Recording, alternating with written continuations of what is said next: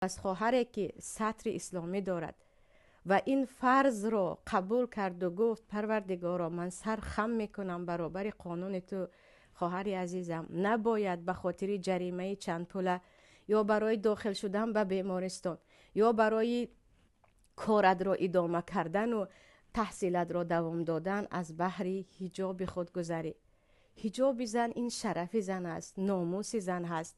هیچ یک بشر، چی شوهر باشد، چی پدر باشد، چی رئیس باشد، کی نباشد هم حق ندارد بگوید که تو این کار را نکن، چون لا طاعت لمخلوق فی معصیت الخالق.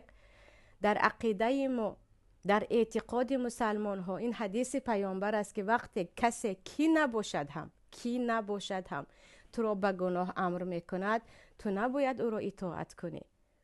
بگذار جریمه بدهیم، بگذار به بیمارستان نرویم،